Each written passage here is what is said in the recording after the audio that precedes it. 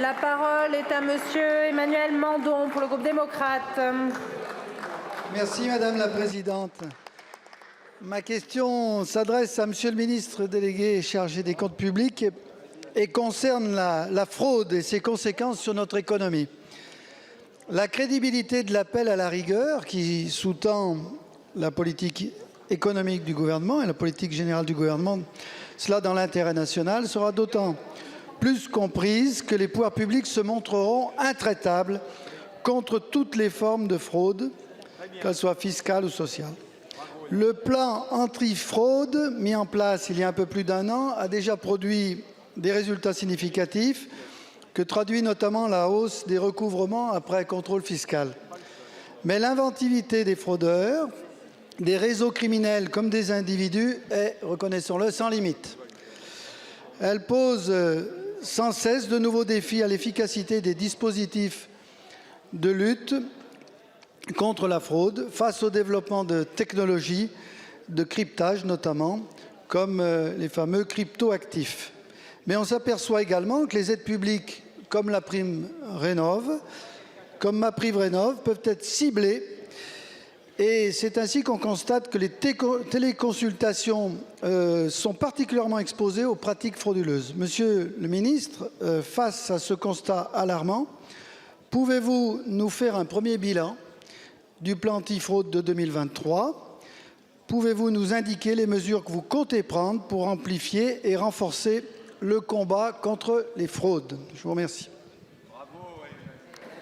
Je vous remercie. La parole est à monsieur Thomas Cazenave, ministre en charge des comptes publics. Merci Madame la Présidente, Mesdames et Messieurs les députés. Monsieur le député Mandon, vous avez raison en matière de lutte contre la fraude. Nous avons un bilan. Le bilan, c'est l'augmentation des recouvrements sur la lutte contre notamment la fraude fiscale. 15 milliards d'euros en hausse constante depuis 2021. En matière de travail dissimulé par les URSSAF, 1,2 milliard d'euros de redressement. C'est un montant record. Et ces bons résultats, c'est le résultat notamment du bilan et du plan qui a été porté par mon prédécesseur, Gabriel Attal, en matière de lutte contre toutes les fraudes. Et je pense qu'on peut s'en féliciter. Et d'ailleurs, une vingtaine de dispositions législatives figuraient dans la loi de finances et la loi de financement de la sécurité sociale. Pour autant, il faut poursuivre l'offensive. Vous avez raison, monsieur le député. Il y a un sujet en particulier sur lequel moi j'attire votre attention et je sais qu'un certain nombre d'entre vous m'ont fait des propositions pour avancer sur le sujet, c'est la fraude aux aides publiques. Nous versons 100 milliards d'aides publiques, que cela porte sur les aides à l'apprentissage, MaPrimeRénov', le CPF, et je suis régulièrement saisi par les services de Bercy de soupçons de fraude, d'abus en matière d'aides publiques. Et je crois qu'il faut renforcer notre arsenal en la matière.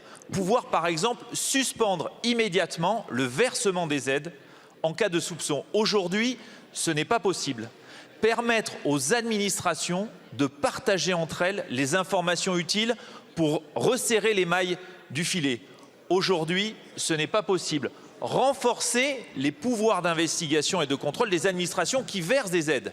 Je pense par exemple à l'ANA, en particulier pour les aides à la rénovation énergétique. Donc sur ce sujet-là, moi je suis prêt à engager un travail, et je l'ai déjà fait avec un certain nombre d'entre vous, pour aller plus loin et compléter notre arsenal en matière de lutte contre toutes les fraudes. Merci. Je vous remercie, monsieur le ministre. La parole est à monsieur Jean-Louis Bricout pour le groupe LIOT.